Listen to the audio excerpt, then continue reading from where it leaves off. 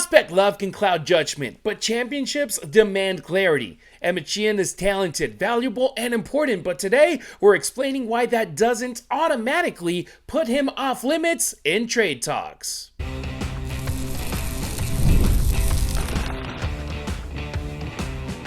You are Locked On Dodgers, your daily Los Angeles Dodgers podcast. Part of the Locked On Podcast Network, your team every day.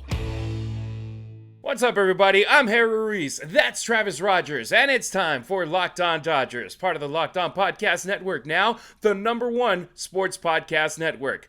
On today's show, with 3 arbitration cases still unresolved, who should the Dodgers prioritize keeping? What does Brewstar Graterol's arbitration deal really tell us about the bullpen? But first, should Emmet Sheehan actually be off limits in trade talks, Travis?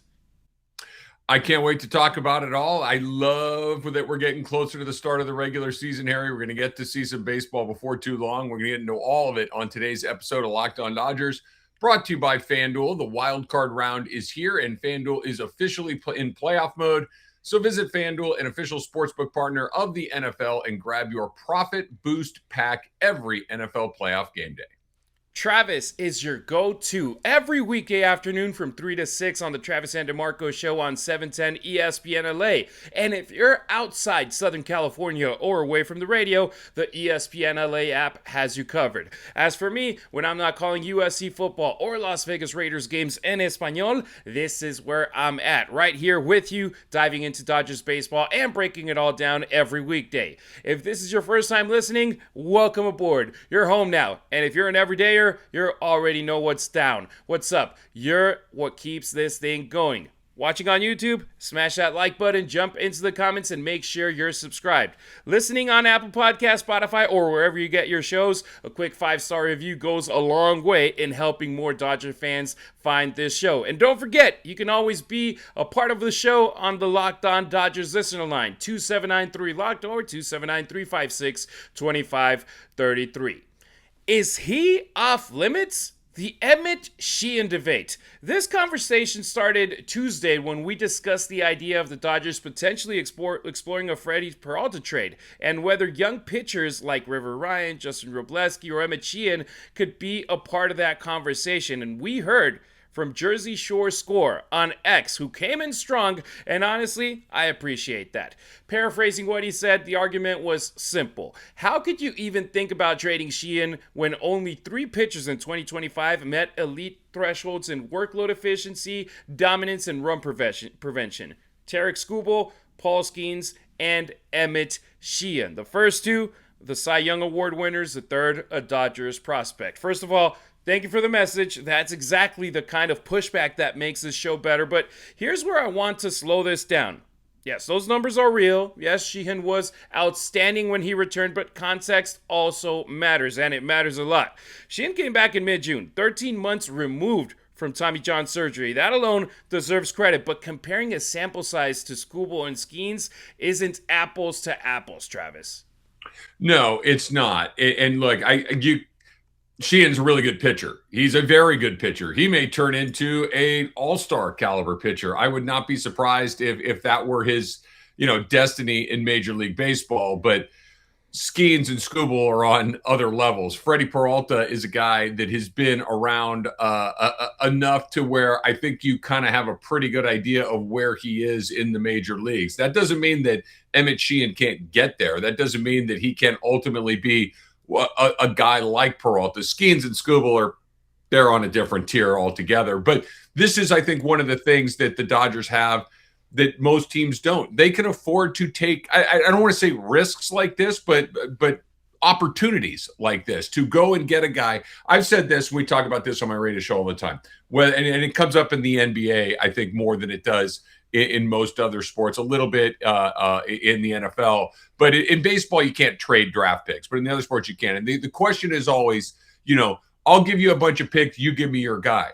I will always take the guy. I will always take a guy that I know rather than a guy that might be something. Because more often than not, the guys that might be something aren't. They just turn out to be guys. So once there's a proven track record of major league success, and I'm not throwing cold, I think Emmet Sheehan's really, really good. If he's here for the next 5, 8, 10 years, fantastic. But I think this is what the Dodgers are able to do. It's not because they don't just have one guy that is their salvation, that they've got so many guys. They're able to continue to try to turn guys over and do it. And I trust the Dodgers development. I think that they've made an incredible, organization, and they have an incredible track record when it comes to saying, we think this guy is going to have a better career than that guy, or we need this guy more than we need that guy at this moment. And one of the things that I think they've been so good at is they have not had all of their guys say, this guy has to hit. They have a lot of guys that can hit.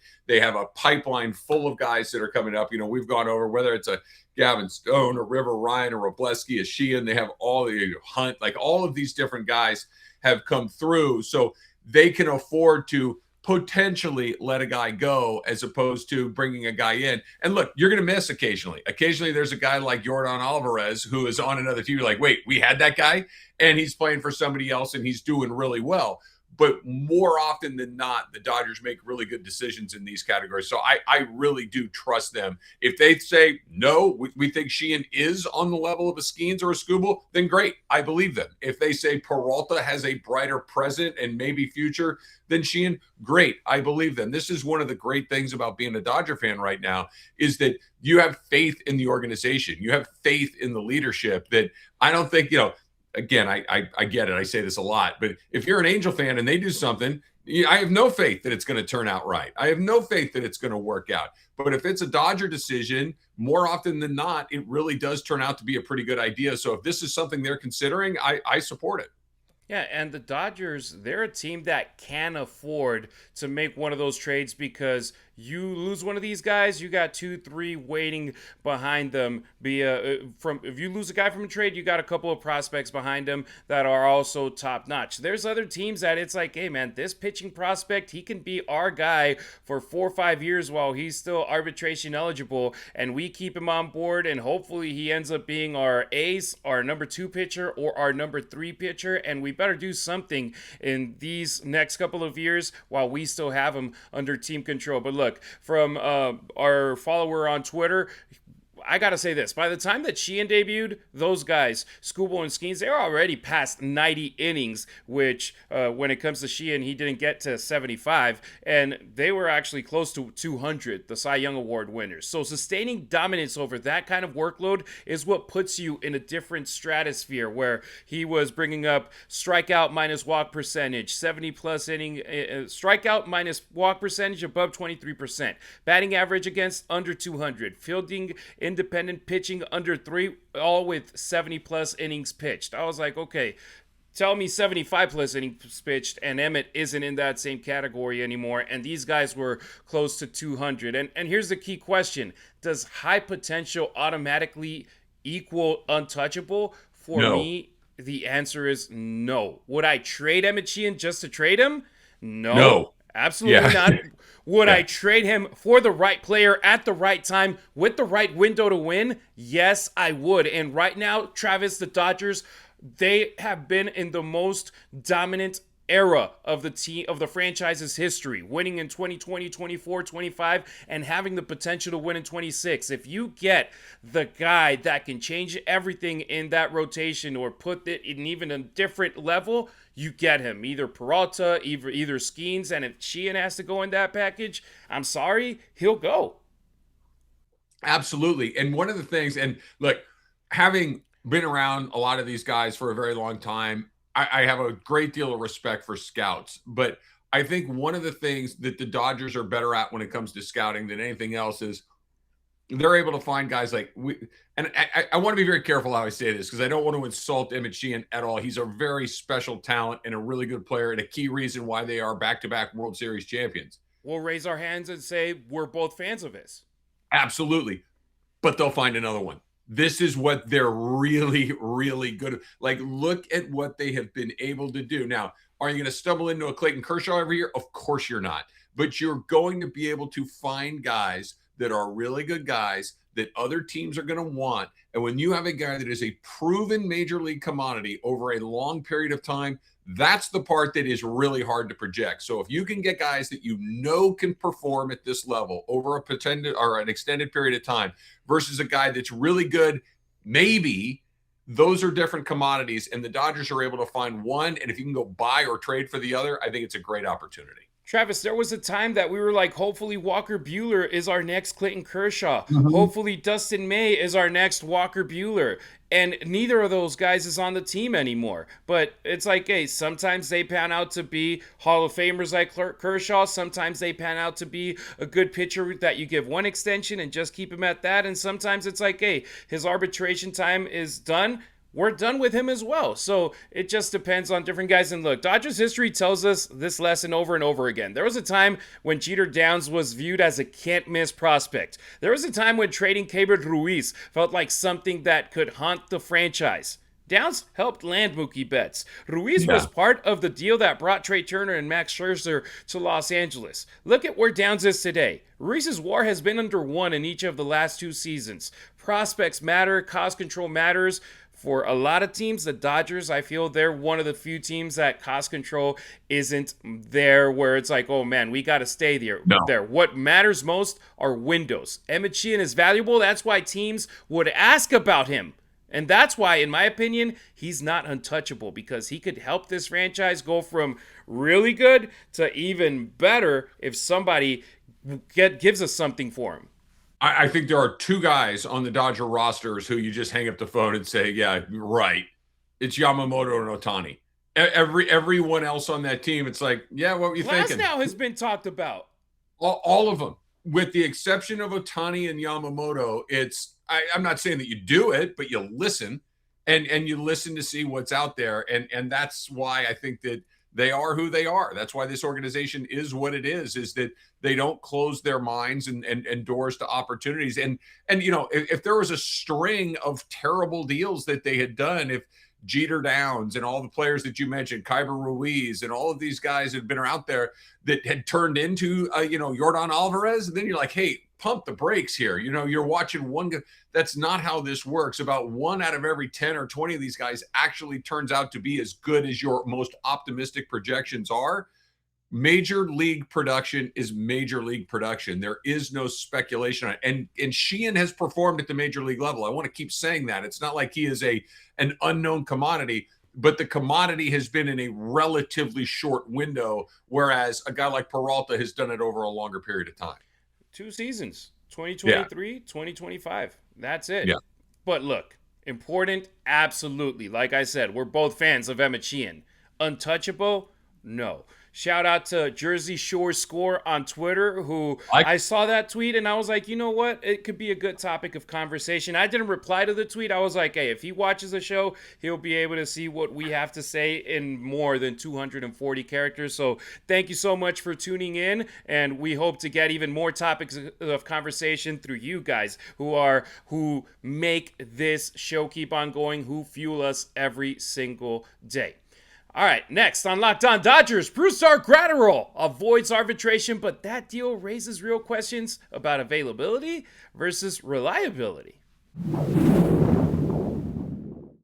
The wild card round is here, finally. And the FanDuel, of course, is officially in playoff mode. Every game day during the NFL playoffs, FanDuel has given customers even more ways to get in on the action. Because right now, every NFL playoff game day, FanDuel gives users a profit boost pack waiting for you inside the app. Each game day, you'll see a pack loaded with multiple profit boosts you can apply to the bets that you like the most. So you open your profit boost pack first thing on game day, and you see what boost you want to apply. The boosts, they let you lean into your game day instincts, whether you're backing momentum, defense, quarterback play, maybe it's coaching, right? The boost gives you more juice on the bets you already like instead of forcing you to bet something new.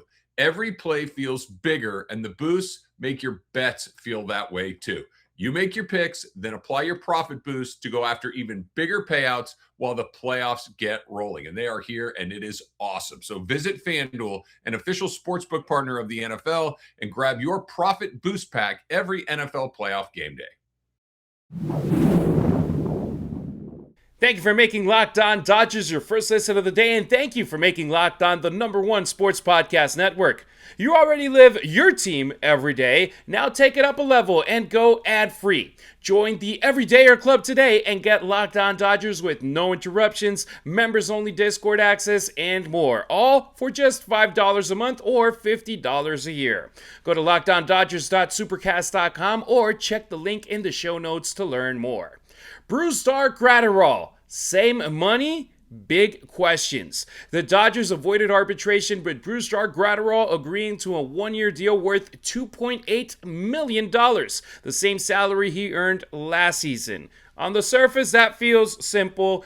Dig deeper, and it's complicated because Graterol didn't pitch in 2025. Not once. He was coming off a shoulder labrum surgery, and injuries have defined the last 2 seasons. Shoulder, hamstring, shutdown, setbacks. Over the last 2 years, Travis, it's incredible. Just 7 1/3 regular season innings. That's crazy. It. Yeah, he's a fascinating study. Harry, it's funny. Yeah, you go to a lot of games. I go to a lot of games. I'm not so sure I've ever seen someone throw harder with less effort than Brewstar Graterol. And I don't mean less effort and he doesn't give a damn. I mean, it is the freest and easiest and most natural 100 miles an hour I have ever seen in my entire life. He makes it look easy. He really does. And it's like when you watch Ohtani, it's like, okay, he throws 100, but it's like Ohtani looks like he's working really, really hard on every pitch. Graterol looks like he's playing catch, and it's coming out there at 100 miles an hour. So I think that's the intriguing part about Graterol is he is this immense talent, but the problem is he's never healthy. And it's not like you said, it's not just like a Tommy John thing, quite frankly, in baseball. That's not scary. It's disappointing. It's one of those things that, okay, you're going to miss a year or so and you got to rebuild yourself back up. But when that happens, they fix it and you come back and you pitch again. And that's the way that it goes. Graterol's had a series of other things that have set him aside. And it's just, he can't seem to stay healthy enough. But because he has such immense talent, you can tell why the Dodgers, and again, $2 million to them is, maybe 50 cents to you and me. I mean, it's one of those things like, yeah, 50 cents. Yeah, I'll take a bet. I'll make a 50-cent bet. What do I care? If it hits, great. If I don't, keep it moving. So I think it's one of those things, but I think they know, and I think most Dodger fans know the Graterol thing is if it works, great. But I don't think anybody's really counting on it to work. And it certainly doesn't have to work for them to win the World Series. It's better if it does, don't get me wrong. But that's one of those, oh, look, it's like finding $20 in your jacket, right? It's like, oh, look, here we go. Great. I forgot I even had this. And if he comes out and does it, I think you'll be in pretty good shape. But I'm not optimistic that Brewstar Graterol is going to go out there and throw 85 innings for the Dodgers this year. I just don't think that's going to happen. That's literally why the Dodgers still did this. When healthy, yeah. Graterol is a legitimate leverage weapon. A career 2.69 ERA. Right-handed hitters barely touch him. And last season, the Dodgers bullpen desperately missed that. Trinan wasn't himself. Yates struggled. Kopech and Evan Phillips got hurt. There was no true shutdown right-hander. So if you can get anything out of Graterol, we might not be asking him, well, we definitely aren't asking him to be a closer. We already got Edwin Diaz for that. You hope that you get Tanner Scott to be the setup guy or Blake Trinan to play at a better level, and you just got Graterol coming out of the bullpen to take care of business in the 7th and the 6th. If you got guys only going 5 innings, if you got them controlled, their innings controlled, I feel that that's somewhere where it's like, hey, this deal tells me that the Dodgers believe in Graterol. So let's see if he's able to stay healthy, and everything is pointing for him to be healthy entering spring training, and that's a gamble. That's a $2.8 million gamble that it's like nothing. You and me going to the roulette table and placing $5 just to be like, hey, let's see if I hit a number and win a lot of money to go have dinner at the buffet. This for the Dodgers, that's literally a $5 chip to be like, let's see if it works. It's worth it in our 40-man roster, in our 25-man roster. And if it works, great. If it doesn't work, we're out of it next year. Yeah, I think what's interesting, too, this kind of goes back to what we were talking about last segment and what we've talked about a lot here on Locked On Dodgers. This will sound a little familiar to our everydayers, which is the bullpen is the one piece, no matter how smart you are in the front office, no matter how good you are in your scouting, no matter how good you are in kind of projecting as to what guys may or may not be, bullpen guys, relief pitcher guys are the most impossible predictors in the entire sport. Like if you look at a player that's we kind of know what Max Muncy's going to give you next year. You don't know exactly where it's going to land, but Max Muncy's going to hit about 25 or 30 or 35 home runs. He's going to get on base a lot. Like you kind of know what it's going to be. With a relief pitcher, nobody knows anything. They could be fantastic. They could be terrible. They could be anywhere in between. And I think that's why when you have a guy like Graterol who hasn't been available to you really at all over the last couple of seasons, that doesn't mean he won't be really good this year. It also might mean he doesn't pitch at all this year. You just have no idea what bullpen guys are going to do. And to kind of, wrap this thing up that's why a guy like Vezina is oddly incredibly valuable, because he is one of the few relief pitchers that just kind of sits here like this and gives you the same performance year after year after year. But the Trinans, the Phillips, the guys that go whoop, whoop, up, down, up, down, up, down. That's kind of even Edwin Diaz. He's been in the league 6 years. He's had 3 good years. He's had 3 kind of mediocre, cruddy ones. So you're never really sure what you're going to get out of that bullpen. I think that's one of the reasons they're running Graterol back. Literally stole that one from me. I was about to say Edwin Diaz. I mean, would you be shocked if he doesn't have a great year in 2026? No. Unfortunately not, because we've seen it before when he was with the Mets, which I'm over here knocking on wood. Hopefully he's the shutdown closer that we need with the boys in blue. But look, availability matters. Tanner Scott, exactly. Kirby Yates. We got 2 All-Stars in 2025, or who were All-Stars in 24, signed them in 25, and they were duds for the Dodgers. But when it comes to Graterol, availability matters just as much as stuff. So in 2026, Brewstar the Bazooka has to prove that he can actually take the ball. Coming up on he's so much fun to watch too, because he's like you said, he's such a big, strapping, powerful guy, but he's light on his feet. Like he can really move. Like he's a really interesting player to watch. He does some crazy stuff, but I hope he has a great year, because I really do enjoy watching him play. Fingers crossed for that as well. Coming up on Locked On Dodgers, 3 more arbitration-eligible Dodgers remain. Not all 3 should be automatic keeps. Let's be real. Managing your finances can feel overwhelming. Between subscriptions you forgot about, bills that keep going up, and trying to figure out where all your money actually goes each month, it's easy to feel like you're losing control. And who has time to track every transaction or hunt down hidden fees? That's where Rocket Money comes in, the personal finance app that helps you take control. It finds and cancels your unwanted subscriptions, monitors your spending, and helps lower your bills so you can grow your savings.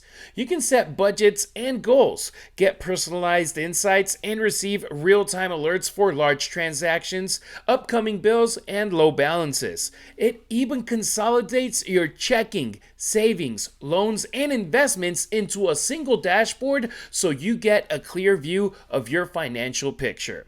Let Rocket Money help you reach your financial goals faster. Join at rocketmoney.com/lockedon. Once again, that's rocketmoney.com/lockedon. Don't forget to follow Locked On Dodgers not only on YouTube, but on X, Instagram, and TikTok as well. You can find Travis on social media at Travis Rogers on X and Instagram. Meanwhile, I'm at Harry Ruiz on X, at Harry_Ruiz on Instagram, and at Harry Ruiz_ on TikTok. Arbitration decisions. Who stays? Who's at risk? Graterol wasn't the only arbitration case left. The Dodgers still have 3 more arbitration-eligible players to settle with: Anthony Banda, Alex Call, and Brock Stewart. And not all of these decisions should be automatic. Banda, that one feels like the safest bet of them all. 71 appearances, 3.18 ERA, reliable, flexible, trusted. He's not flashy, but he's valuable for me, Travis. You got to take care of this guy. Yeah, and look, I can speak to what goes on in my house. I can speak to what goes on at work with my female coworkers that are all like, he's got to stay. I like him. That he needs to be a part of what they're doing. So Banda is a very, very popular player in at least half of Dodger fans to be sure. He's a good pitcher too. So yeah, I think that he is an him stay in a Dodger uniform for next season. No doubt about it. You were just literally talking about Vesia being a reliable guy out of the bullpen. I was like, I won't mention Banda because I know that he's coming up in our final segment of today's show. Keep him. You can't let him go. When he was the one guy with Vesia who stood up all season long, you have to be like, hey, man, even if you don't feel the same you did about him as last year, it's like just out of like, dude, you helped us all season long. We gotta give him a pay raise here. And I think he's a good example of something that we've talked about before, which is when you come to Los Angeles and you put on that Dodger uniform, there's something, and I don't think it's like magical or mystical or anything like that. I think it's that they've got really good coaches and really good analytics departments and really good people that are able to communicate, hey, you're really good at this. Let's do this a lot. Let's do less of what this is over here. This does not work for you. We've seen it time after time after time where a guy kind of bounced, and Banda bounced around a little bit in the big leagues, and then he comes to LA and it's like, oh, that guy's really good. He had opportunities to be really good other places as well. And all of a sudden you get to LA, it's like, yep, that guy's a keeper. They just have that ability to understand what guys do well, get them to do more of it. I think he's a really good example of that.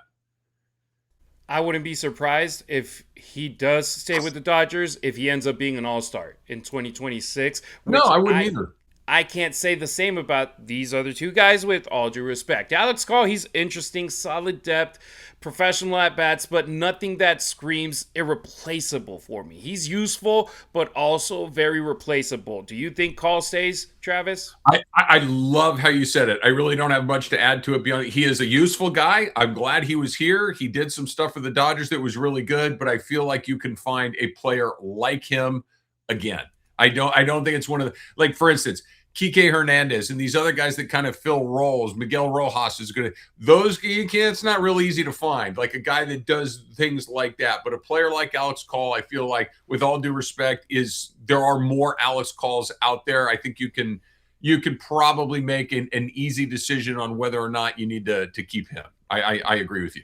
And even then, you can end up signing Kike Hernandez, putting him on the injured list, and bring up one of the guys from AAA and have them, some of those top prospects you have them consume those innings and be learning experiences while they're playing, if you don't end up signing one of those outfielders to then shift Teoscar to left and Andy Pages to right.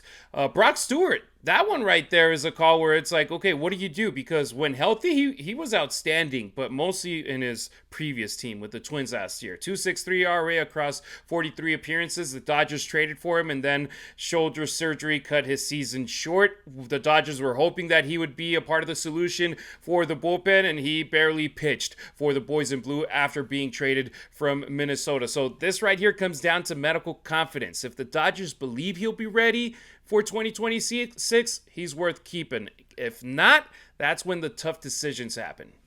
Yeah, this is a good example of you just defer to them. I don't know. I just didn't see him play enough. I don't have a strong opinion on Brock Stewart simply because I didn't see him pitch very often. You know, what we saw wasn't great, but obviously he was dealing with some health stuff, so I'm not going to judge him by that. So this comes back to your scouting. This comes back to your development. If they're like, no, he's a good pitcher. This is a guy that you want to have around. This is a guy that we can use and be effective. Then sure, absolutely. Let's bring it back and let's try it again. But if they feel like this is kind of going back to last year's trade deadline, this was their move, right? This was the guy that, we knew that there needed to be some upgrades in the bullpen. This was the piece that they went out and got. They didn't go get Mason Miller. They didn't go out and get some of these other guys that we had talked about a lot. And this was their one pitcher that they acquired. So obviously they see some value there. But as far as what I don't know, I just have not seen him play enough. So I'll just defer to them on whether or not they think that's a worthwhile player to have back on your roster.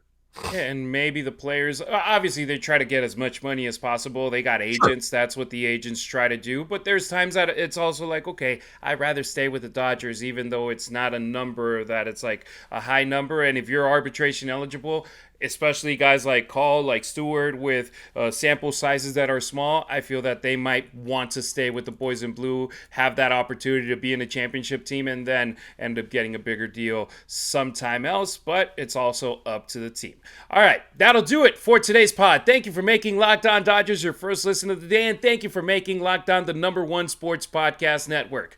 Tomorrow, we're going to dive into our listener line, so hit us up on it via text or voicemail to be a part of our show with your takes. 2793-LOCKED, 279-356-2533. If you're watching the show, that number keeps scrolling all the time underneath us, so hit us up. If you never miss an episode, the Everydayer Club is built for you. Get Locked On Dodgers ad-free, plus members-only Discord access and more. Head to lockedondodgers.supercast.com to join the club. For those of you on video, we send you to the first ever 24/7 National Locked On Podcast Network YouTube channel. On audio, make sure you make your second listen Locked On MLB. Travis, that was a fun one. It was fueled by one of our listeners with the first segment, and then we got good topics in segments 2 and 3 with arbitration-eligible players.